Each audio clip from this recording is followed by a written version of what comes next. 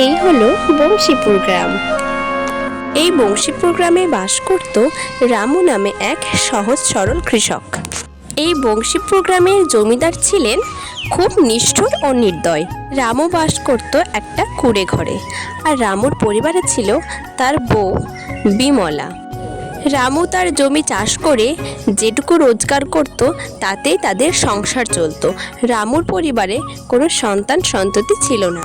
রোজগারের মতো আজও রামুর স্ত্রী তাকে ভাত বেড়ে খেতে দেয়, ও রামুও তার সাথে ভাত বেড়ে খেয়ে চলে যায় তার কাজে। রামু ছিল খুবই গরিব। সে চাষবাস করে যতটুকু রোজগার করত তাতেই তাদের সংসার কোনো রকমে চলে যেত। আর তার উপরে তো ছিলই জমিদারের অত্যাচার। রোজগারের মতো আজও সে তার স্ত্রীর সাথে খাওয়ার সময় তার সুখ দুঃখের কথা বলছে।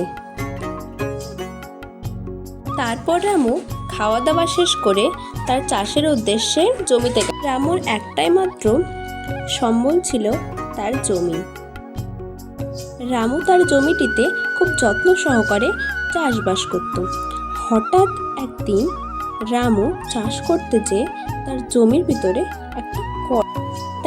ভিতরে কলস পেল, আর সেই রত্নে ভরা জাদু কলস সে নিয়ে আসলো তার বাড়িতে।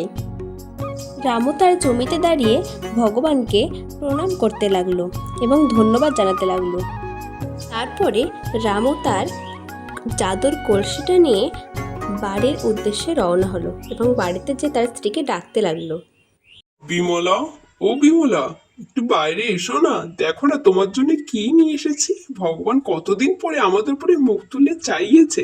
কিছুক্ষণ পরে বিমলাও তার ঘর থেকে বাইরে চলে আসলো এবং তার স্বামীকে বলতে লাগলো, কি গো, এটা তুমি কি এনেছো? এ তো রত্নে ভরা কলস। এটা তুমি কোথায় পেলে গো? তুমি কি এখন চুরি করা ধরেছো অভাবের তাড়নায়? এইভাবেই বিমলা অনেক সময় ধরে তার স্বামীকে দোষারোপ করতে লাগলো, কিন্তু সে তো জানে না যে ভগবান তাদের উপরে মুখ তুলে চেয়েছে। কিছুক্ষণ পর রামু তার স্ত্রীকে বলল, আরে গিন্নি, না না, এতদিন পর ভগবান আমাদের উপরে মুখ তুলে চেয়েছে গো গিন্নি। তারপরে রামু তার সঙ্গে ঘটে যাওয়া সব ঘটনা বিমলাকে বলতে লাগলো, যে সে কিভাবে চাষ করতে করতে মাটি খুঁড়ে এটা পেয়েছে। রামু তো আনন্দে আত্মহারা যে এতদিন পর ভগবান তাদের উপরে মুখ তুলে চেয়েছেন। গিন্নি, আমরা অনেকদিন ভালো মন্দ খাই না গো। আজকে যাই, একটু বাজার থেকে ভালো মন্দ কিছু নিয়ে আসি। এরপর রামু তাদের বাজারে গেল এবং বাজারে যেয়ে তার সব থেকে সেরা সেরা মাছ সবজি সে কিনে আনলো, যেগুলো বহুদিন ধরে তার খাওয়ার ইচ্ছা হতো, কিন্তু সে পয়সার অভাবে কিনতে পারতো না। তারপর রামু ঝুড়ি ভর্তি করে বাজার নিয়ে আসতে লাগলো। হঠাৎ তার দেখা হলো জমিদারের নায়েবের সঙ্গে। কি গো রামু, এত শত বাজার নিয়ে কোথা থেকে আসলে? আবার জমিদারের খাজনা দিতে পারো না, আর এতগুলো বাজার নিয়ে আসছো কিভাবে? নায়েবের এইসব কথা শুনে রামু বলল, না নয় মশাই, আমি আজকে যেই খাজনা দিয়ে আসব। আমার এইবার অনেক ফসল ভালো হয়েছে, তাই আমি এইবার পুরো খাজনার টাকাটাই শোধ করে দেব। এই বলে রামু চলে গেল। কিন্তু রামুর এইসব কথায় জমিদারের নায়েবের কিছু খটকা লাগলো, তাই সে বলতে লাগলো, না, রামুর ব্যাপার স্যাপার তো ভালো লাগছে না। যাই, আমি ওর পিছু নিয়ে দেখি যে ও কিভাবে এত টাকা পয়সা পাচ্ছে। জমিদারের খাজনা আজকে দিয়ে দেবে, আবার এত শত বাজারও করেছে। তারপরে নায়েব তার পিছু নিতে শুরু করলো। সে দেখতে চাইছিল যে রামু কিভাবে এত টাকা পয়সার মালিক হয়ে গেল। নায়েব মশাই রামুর বাড়ির চৌকাঠের পিছনে লুকিয়ে লুকিয়ে দেখতে থাকলো যে সে কি করছে, তার বউয়ের সাথে সে কি কথাবার্তা বলছে। রামু আর বিমলা তো জানে না যে তাদের পিছনে নায়েব মশাই আছে, আর তাদের সব কথা, তাদের সোনার কলসির কথা, তাদের জাদু কলসির কথা নায়েব সব জেনে গেল এবং সেখান থেকে চলে আসলো। এইবার নায়েব মশাই যাত্রা শুরু করলো জমিদার বাড়ির। নায়েব মশাই এখন যাবে জমিদার বাড়িতে নালিশ জানাতে। আর সব কথা তার সোনার কলসির কথা, জাদুর কলসির কথা সব কিছুই সে আজকে খুলে বলবে জমিদার মশাইয়ের কাছে।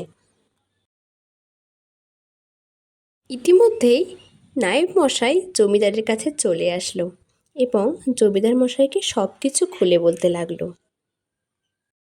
রামুর এই জাদু কলসির কথা শোনার পর জমিদার মশাই লোভ সামলাতে না পেরে নায়েবকে বলল, নায়েব, আমি যে কোনো মূল্যে ওই কলস আমার হাতে চাই। তুমি যে কোনো মূল্যে ওই কলস আমার হাতে এনে দাও। নায়েব ও জমিদারের কথা মতো এটা ফোন দিয়ে আটলো, আর সে তারপরই রামুর বাড়ি যেয়ে তাকে ডাকতে লাগলো। নায়েবের ডাক শুনে রামু বাইরে বেরিয়ে আসলো। তখন নায়েব রামুকে বলতে লাগলো, রামু, তোমাকে জমিদার মশাই তলব করেছেন। এক্ষুনি আমার সঙ্গে তুমি জমিদার বাড়িতে চলো। রামু ও নায়েবের কথা মতো জমিদার বাড়িতে গেল।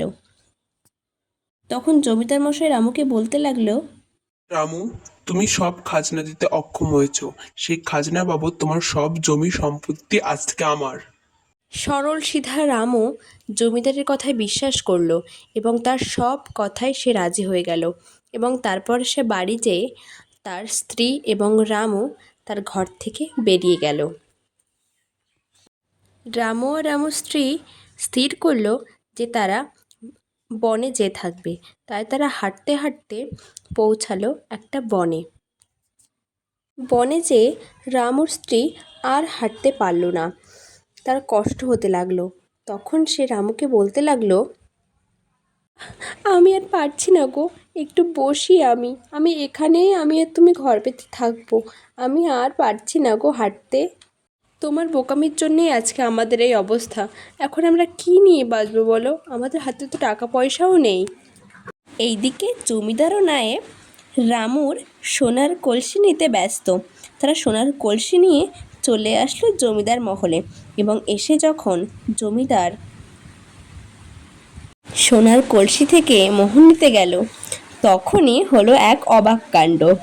সেই সোনার কলসি থেকে বেরিয়ে আসলো একটা ভয়ঙ্কর সাপ এবং সেটা দেখে তো নায়েব ও জমিদার ভয়ে লাফাতে লাফাতে সেখান থেকে চলে আসলো, দৌড়ে চলে আসলো। নায়েব ছুটছে আগে আগে আর পিছন পিছন ছুটছে জমিদার, আর তার পিছনে ছুটছে বাঘ মামা। আজকে বাঘের তাড়া খেয়ে নায়েব তার সামনে থাকা বাড়িটিতে দৌড়ে চলে গেল, আর জমিদার কোনো বাড়িতেই যেতে পারলো না। জমিদার যেয়ে দাঁড়ালো একটা জঙ্গলের মধ্যে, কিন্তু বাঘ জমিদারের পিছন ছাড়লো না। বাঘ তারপরে এসে জমিদারের ঘাড় মটকে নিল এবং জমিদারি সেখানেই মৃত হয়ে পড়ে থাকলো। কিছুক্ষণ বাঘ জমিদারের মাথার ওখানে গর্জন করতে করতে আস্তে আস্তে জমিদারকে সেখানেই ফেলে রেখে ও চলে গেল। কিছুক্ষণ পর যখন গ্রামের লোক জানাজানি হলো, তখন জমিদারের মাথার কাছে লোকজন জড়ো হয়ে গেল এবং বলতে লাগলো যে এটা কি হলো জমিদারের সাথে, শেষ অবধি বাঘে খেলো। এইসব সব ঘটনা শুনে নায়েব জাদুর কলসি দিয়ে আসলো আবার রামুর বাড়িতে। রামুর বাড়িতে জাদুর কলসি দেওয়ার পর নায়েব লোক পাঠালো রামুদের কাছে, রামুদেরকে খবর দিতে যে তারা যেন বাড়িতে ফিরে চলে আসে। এইসব কথা শুনে রামু খুব আনন্দে তার ঘরে ফিরে আসে। ঘরে ফিরে যখন দেখে তাদের সোনার কলসিটা বিছানার উপরেই আছে, তখন তারা খুবই খুশি হয়। কিছুদিনের মধ্যেই রামু তাদের গ্রামের খুব সম্মানীয় ব্যক্তি হয়ে গেল এবং তাদের অবস্থাও আস্তে আস্তে পরিবর্তন হতে থাকলো। রামু গ্রামের গরিব দুস্থ মানুষদের সাহায্য করত। এইভাবেই কেটে গেল অনেকটা বছর। এখন রামুই হলো এই বংশীপুর গ্রামের সব থেকে ধনী লোক। এইভাবেই রামুর জাদুর কলসি তাকে গরিব থেকে ধনী করে দিতে সাহায্য করলো।